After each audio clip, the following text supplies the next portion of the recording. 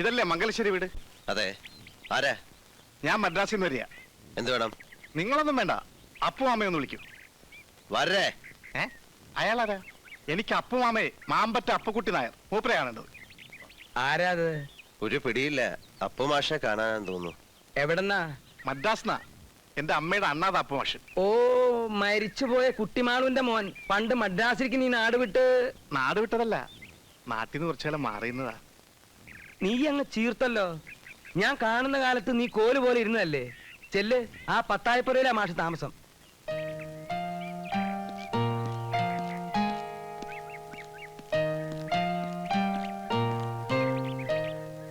മറന്നിട്ടില്ല അപ്പു മാമേ, അച്ഛനൊന്നും മറന്നിട്ടില്ല. ഒരു ടീക്കടയിൽ ജോലിക്ക് നിന്ന് തുടങ്ങിയതാ. ഇപ്പോ ഹോട്ടൽ 4 കൂടാതെ ഒരു ലോഡ്ജും ഒരു ബ്രാൻഡി കടയും. എന്തായാലും താൻ കേമനായല്ലോ, അത് മതിയടോ. നെല്ലിപ്പോയിലെ തറവാട് ചാത്തുക്കുട്ടി മാമയുടെ മോളുടെ കയ്യിൽ നിന്ന് ഞാൻ മേടിച്ചു. അതിന്റെ കാര്യങ്ങൾ വ്യവസ്ഥയാക്കിട്ടാ ഞാൻ പറഞ്ഞത്. ആ, ഇത് ഭാനു അല്ലേ? പിന്നല്ലാതെ. ശാരദ അങ്ങ് പെരിയ പെണ്ണാച്ചേ. ഭാനുവിന്റെ നൃത്തവും പാട്ടൊക്കെ ഇപ്പോഴും ഉണ്ടോ? പാട്ടില്ല, നൃത്തം. അമ്മണി അമ്മായിയുടെ മുറിച്ച മുറി. അപ്പോ നെല്ലിപ്പോയിലെ വീട്ടിൽ താൻ താമസമാക്കാൻ പോവാ? എങ്ങനെ പറ്റും? മദ്രാസിൽ ഇക്കൊണ്ട് ബിസിനസ് ഒക്കെ നിർത്തിട്ട് ഞാൻ ഇങ്ങോട്ട് വരികയെ. ഭാനു നിൽക്കൂ. ഇനി പറയാൻ പോണ കാര്യങ്ങള് ഭാനു കൂടി കേൾക്കണം. നെല്ലിപ്പോയിലെ വീട്ടില് ആരെങ്കിലും താമസിച്ചേ പറ്റൂ. ഞാൻ നോക്കിയിട്ട് ഇപ്പോഴത്തെ കണ്ടീഷനിൽ അപ്പുമാവും കുട്ടികളും കൂടി അങ്ങോട്ട് മാറൂ. അന്യരുടെ പത്തായപ്പുറയില് ഇത് എത്ര നാളെന്ന് വെച്ചിട്ടാ കഴിയാ? അപ്പുമാമയ്ക്ക് വെറുതെ ഇരിക്കാണ്ട് അവിടുത്തെ കൃഷിയും കാര്യങ്ങളൊക്കെ നോക്കി നടത്താലോ. എന്തേ?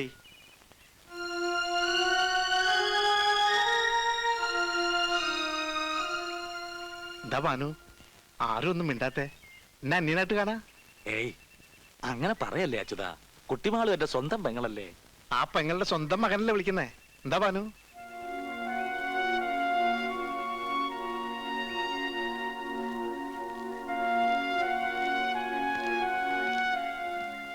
എന്നാൽ ഞങ്ങൾ ഇറങ്ങായി. എന്തെങ്കിലും ആവശ്യം ഉണ്ടെങ്കിൽ വരാൻ മടിക്കരുത്. ഞാനിവിടെ തന്നെ ഉണ്ടാവും. ഇനി അതിന്റെ ആവശ്യമില്ല മിസ്റ്റർ. ഇനി ഇവർക്ക് ഞാനുണ്ട്. പക്ഷേ സെന്റ് ഉദവികൾക്ക് നന്ദിയുണ്ട്. ആ, മദ്രാസിൽ വരുമ്പോൾ കോണ്ടാക്ട് ചെയ്യൂ. സൈതാപ്പേട്ടിലെ നായരുടെ ഹോട്ടൽ. ആരോട് ചോദിച്ചാലും മതി. എന്നാ വൈകണ്ട മാഷേ. വരേ. പോയി വരൂ. ചെല്ലും മോളെ.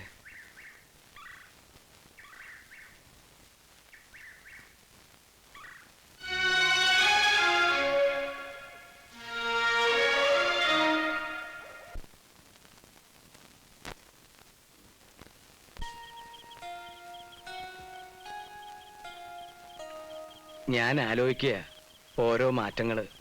നീലൻ സർക്കിട്ടും നായാട്ടും നിർത്തിയപ്പോ ഒരുത്തനെ ഇങ്ങോട്ട് കാണാനില്ലാന്നായി.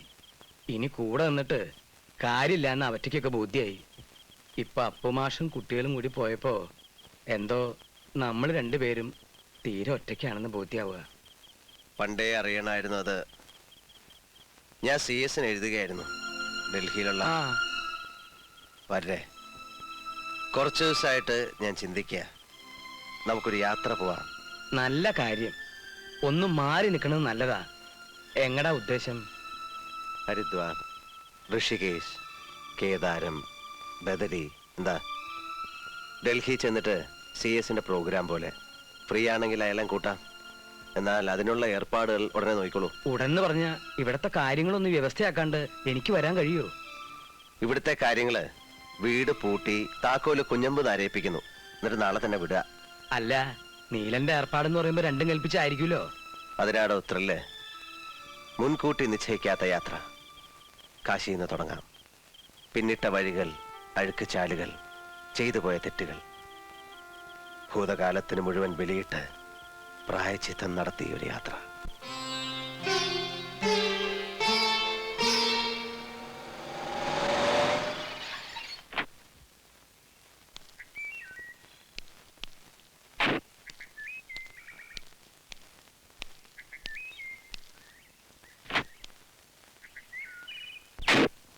നീലകണ്ഠൻ?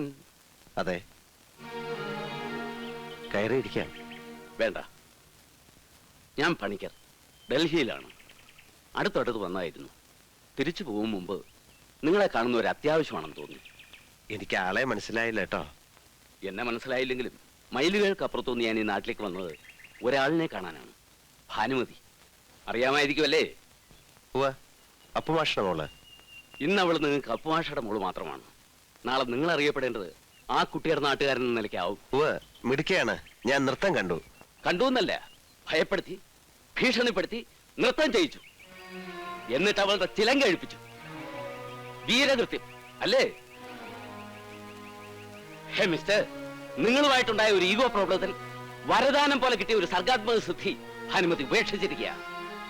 ഇന്ത്യൻ ക്ലാസിക്കൽ ഡാൻസിന്റെ മുഖഛായ മാറ്റാൻ പോകുന്ന ടാലൻസിന്റെ ഉടമയാണ് ആ കുട്ടി. എല്ലാം തൊലച്ചു. നിങ്ങളെപ്പോലൊരു ഫ്യൂഡൽ തെമ്മാടിയുമായി ഉണ്ടായ ഒരു ഇഷ്യൂവിന്റെ പേരിൽ നിങ്ങൾക്ക് അവളുടെ കാലിൽ വീണ് മാപ്പ് പറയാം. എന്നിട്ടെങ്കിലും നൃത്തത്തിന്റെ ലോകത്തിലേക്ക് അവളെ തിരിച്ചുകൊണ്ടുവരാൻ കഴിഞ്ഞാൽ അതൊരു സൽക്കർമ്മമായിരിക്കും, വലിയ പുണ്യം. ഇത്രയെങ്കിലും നിങ്ങളെ കണ്ട് പറഞ്ഞില്ലെങ്കിൽ തിരിച്ചു പോകുമ്പോൾ എനിക്ക് മനസമാധാനം കിട്ടില്ല. ഞാൻ ഇറങ്ങുന്നു. ഇത് അപേക്ഷയാണ്.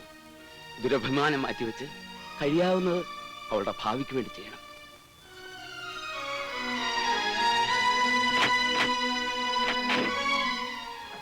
എന്താ അയാൾ ഉപയോഗിച്ച പ്രയോഗം? ഫ്യൂഡൽ തെമ്മാടി. കൊള്ളാം.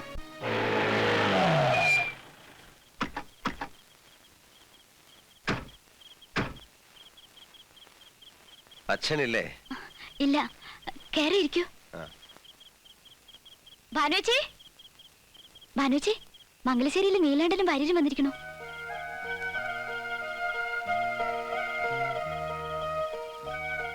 ആ, അച്ഛൻ എപ്പോ വരും കുട്ടി?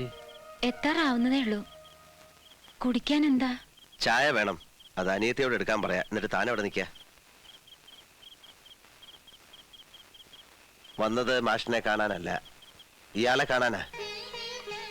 ആ മൂപ്പരുണ്ടല്ലോ, ഡൽഹിയിലുള്ള പണിക്കർ. അദ്ദേഹത്തെ കുറിച്ച് വായിച്ചറിഞ്ഞിട്ടുണ്ട്. നമ്മുടെ രവിശങ്കറിന്റെ ഏട്ടൻ ഉദയശങ്കറിന്റെ ബാലെ ട്രൂപ്പിലൊക്കെ വർക്ക് ചെയ്ത ആളല്ലേ? അതെ. ആ, അപ്പോ തെറ്റിയിട്ടില്ലേ? ഒന്ന് ശരിക്ക് സൽക്കരിക്കണം എന്നൊക്കെ ഉണ്ടായിരുന്നു. നമ്മുടെ വീട്ടിലൊക്കെ വന്ന് കയറുക എന്ന് പറഞ്ഞാൽ ഇതൊരു സംഭവമല്ലേ? പക്ഷെ എന്താ ചെയ്യാ, വന്ന് കയറി മുഖത്തടിച്ച പോലെ എന്നെ കുറെ ശകാരിച്ചിട്ടങ്ങ് പോയി. ഇയാള് വളരെ ബ്രൈറ്റ് ഫ്യൂച്ചറുള്ള ആളാണ്, ഏതോ ഹൈറ്റ്സിലൊക്കെ എത്തേണ്ടതാണെന്നൊക്കെ പറഞ്ഞു. ഞാനൊരുത്തൻ കാരണം അതെല്ലാം ഉപേക്ഷിച്ചു എന്നറിഞ്ഞതിലുള്ള ദേഷ്യമായിരുന്നു മൂപ്പർക്ക്. എന്നോട് തന്നെ വന്ന് കാണണമെന്നും വേണച്ച കാലു പിടിക്കണം എന്നൊക്കെ പറഞ്ഞിരിക്കുക. പരിഹസിക്കരുന്ന് പറയൂ വാരമ്മവ. പരിഹസിക്കാനാണെങ്കിൽ ഈ രാത്രി ഞാൻ ഇത്രയും ദൂരം വരുമായിരുന്നോ? കാര്യമായിട്ട് തന്നെ. ആ ചിലങ്ക കെട്ടിക്കൂടെ? കേട്ടോ, പക്ഷേ നിങ്ങളുടെ മരണത്തിന് ശേഷമേ അതുണ്ടാവൂ. എന്നും എവിടെയും തോൽക്കാൻ എനിക്കിത്തിരി പ്രയാസമുണ്ട്. ഈ കാര്യത്തിലെങ്കിലും ആർക്കും നഷ്ടമില്ലാതെ ജയിച്ചോട്ടെ ഞാൻ.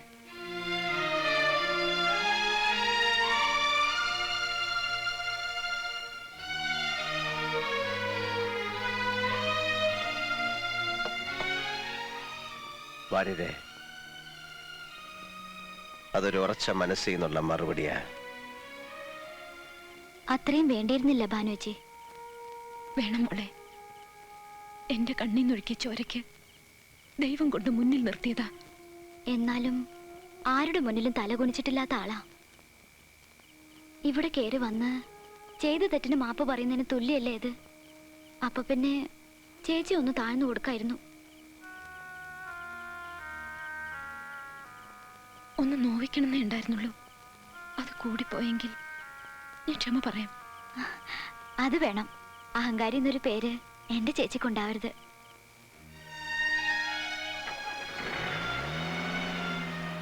പോയി.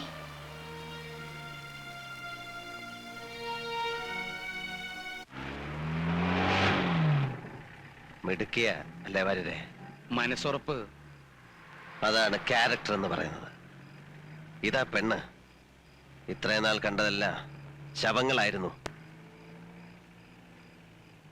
തനിക്കറിയോ വാര്യരെ, അവളുടെ ശാപം അതാണ് എന്നെ നിലതെറ്റിച്ച് ചുഴറ്റിയടിച്ചത്. ഒന്നിന് പുറകെ മറ്റൊന്നായി എന്തെല്ലാം. തീർന്നിട്ടില്ല, ഇപ്പോഴും അതേപോലെ ശക്തിയായിട്ട് നിൽക്കുന്നു. ഏത് ഗംഗയിൽ മുങ്ങണം, ഏത് മൂർത്തിയുടെ മുന്നിൽ പ്രായച്ചിത്തം ചെയ്യണം, അറിയില്ല.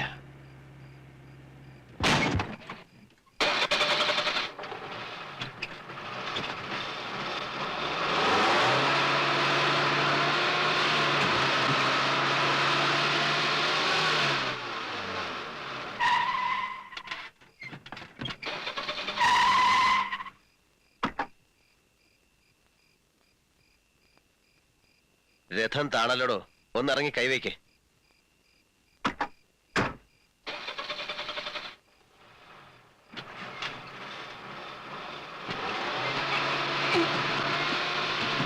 എന്റെ ഈശ്വര, ഇതൊന്നും ആവണില്ല. ആ. ഛെ. ആരാത്? ഞാനാ മുണ്ടക്കൽ ശേഖരൻ. കുറെ നാളായടാ നിന്നെ ഒന്ന് തനിച്ച് കൈ കിട്ടാൻ ഞാൻ ഉറക്കം ഉളയ്ക്കുന്നത്.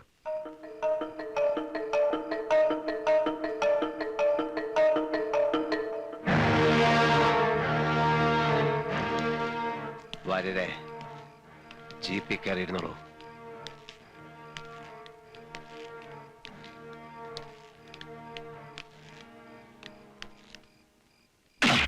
നീല,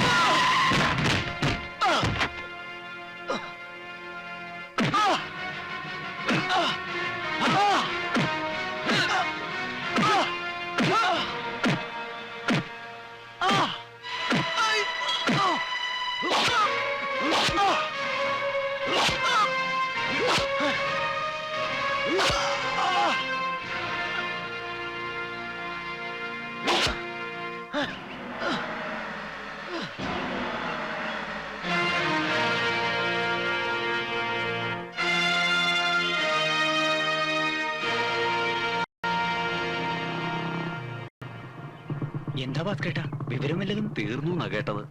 ഞാൻ മരണ വഴിക്ക് നമ്മളെ ചന്ദ്രൻ നായരെ കണ്ടിരുന്നു. മൂപ്പര് പറഞ്ഞ അറിവാ. തീരാണ്ട് നിൽക്കൂ, വെട്ടി കീറി കളഞ്ഞില്ലേ? 18 വെട്ടാ. സത്യാണോ മോളെ? കൊളക്കടവിൽ എല്ലാരും പറയണോ ഇന്നലെ ഇവിടുന്ന് ഇറങ്ങി പോയ വഴിക്കാ? എന്റെ ഈശ്വര, അപ്പൊ തോന്നിയൊരിതില് ഞാൻ എന്താ പറഞ്ഞത്? അറം പറ്റിയ വാക്കായി പോയി അല്ലേ ചേച്ചി? ഞാൻ അങ്ങനെയൊന്നും സംഭവിക്കുന്നു കരുതി പറഞ്ഞതല്ലോ. എന്നാലും ചേച്ചിയുടെ നാക്കേറ്റ പോലെ ആയിപ്പോയി. മോളെ അനു,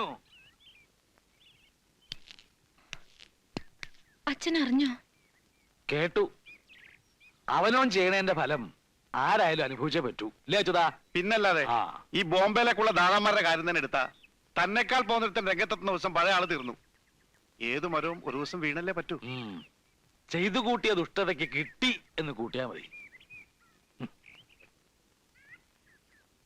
ഞാനിന്ന് പോവാ. വിഷമിക്കണ്ട, അടുത്ത ആഴ്ച വരും. എന്താ കൊണ്ടുവരണമെന്ന് വെച്ചാ പറയാ, മടിക്കണ്ട. പട്ടുസാരിയോ സെന്റോ എന്താണെന്ന് വെച്ചാ.